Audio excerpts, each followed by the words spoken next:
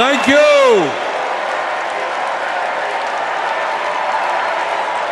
Thank you. My fellow Americans, it is an honor. It is an honor to be with you tonight because we're laying the groundwork for Kamala Harris to become our next president. And let me tell you why that is so important. I want you all to remember where we were 3.5 years ago.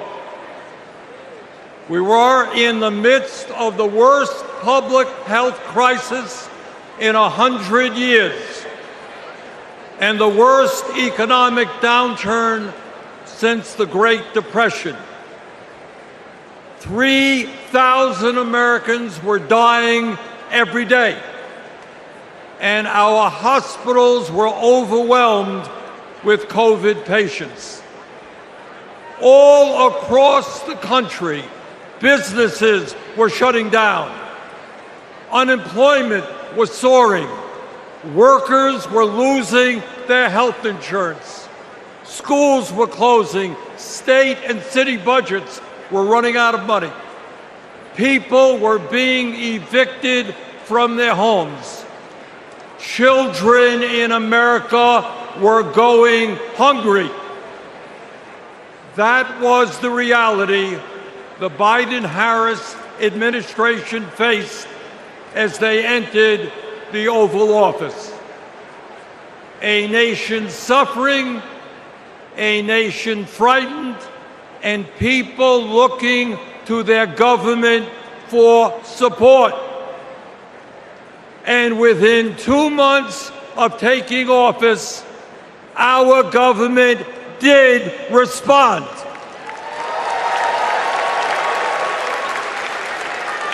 We passed the American Rescue Plan, which provided $1,400 for every man, woman, and child in the working class.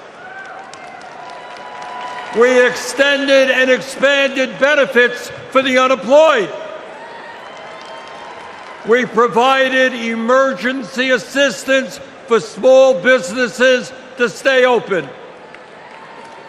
We guaranteed health care coverage to tens of millions of Americans through one of the largest expansions of Medicaid in history. We provided rent relief and mortgage assistance, which prevented tenants and homeowners from being evicted. We established emergency food programs for hungry children and the elderly, and protected the pensions of millions of union workers and retirees from being slashed by up to 65%. Oh, and by the way, we cut childhood poverty by over 40% through an expanded child tax credit. Thank you, President Biden. Thank you, Vice President Harris. Thank you, Democratic Congress.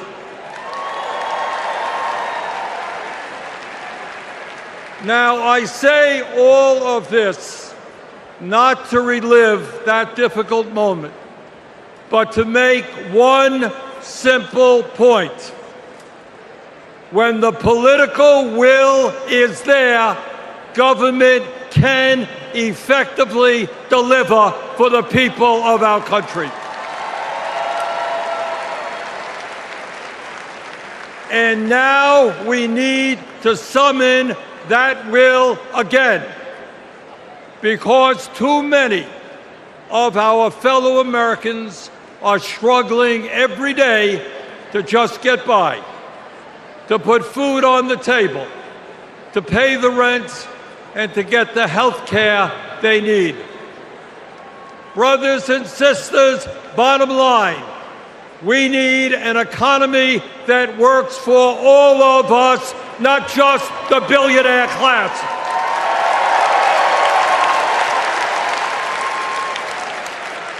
My fellow Americans, when 60% of our people live paycheck to paycheck, the top 1% have never, ever had it so good.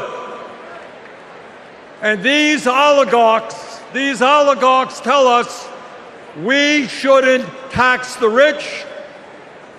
The oligarchs tell us we shouldn't take on price gouging.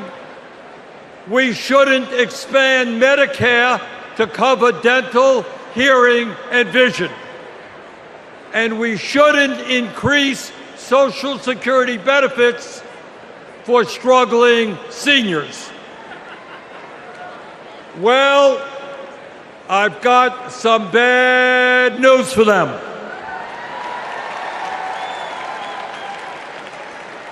That is precisely what we are going to do.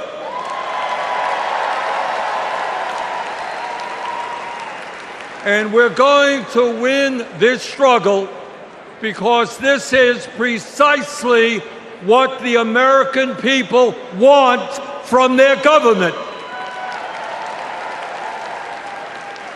And my friends, at the very top of that to-do list is the need to get big money out of our political process.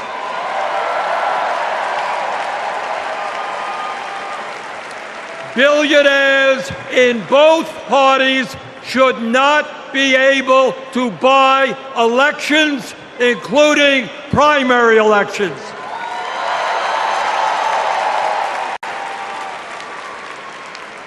For the sake of our democracy, we must overturn the disastrous Citizens United Supreme Court decision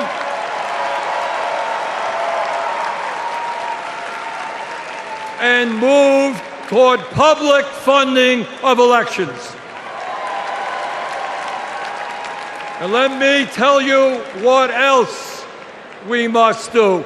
We need to join the rest of the industrialized world and guarantee health care to all people as a human right, not a privilege.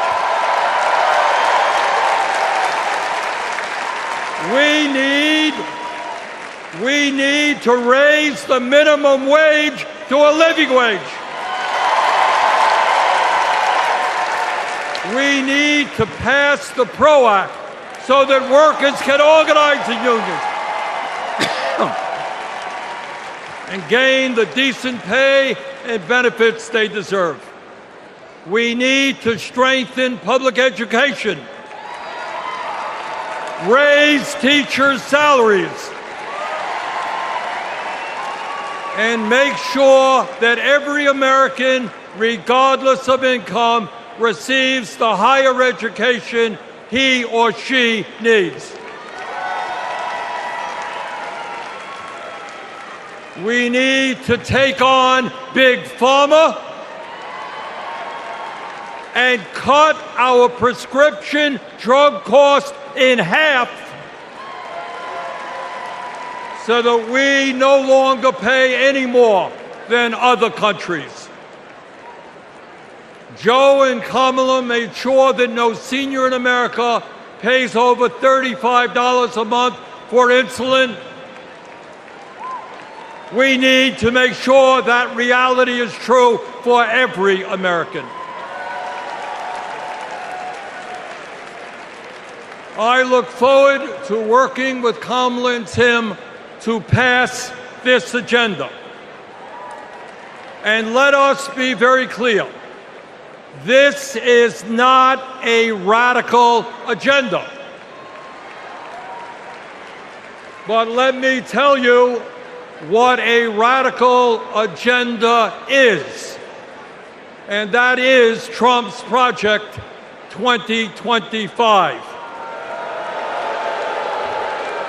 At a time of massive income and wealth inequality, giving more tax breaks to billionaires is radical. Putting forth budgets to cut Social Security, Medicare, and Medicaid is radical. Letting polluters destroy our planet is radical. And my friends, we won't let that happen.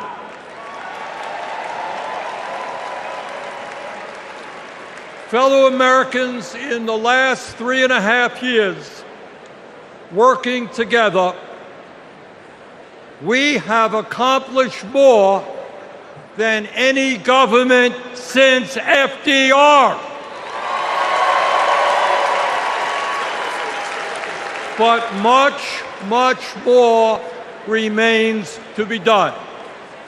We must summon the courage to stand up to wealth and power and deliver justice for people at home and abroad. Abroad, we must end this horrific war in Gaza.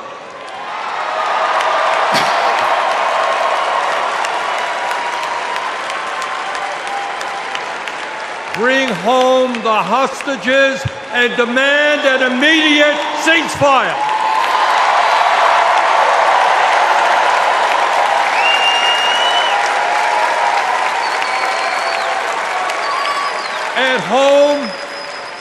At home right here, we must take on big pharma, big oil, big ag, big tech, and all the other corporate monopolists whose greed is denying progress for working people.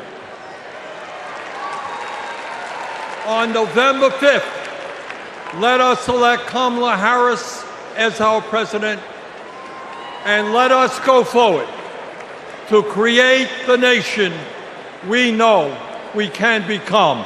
Thank you all very much.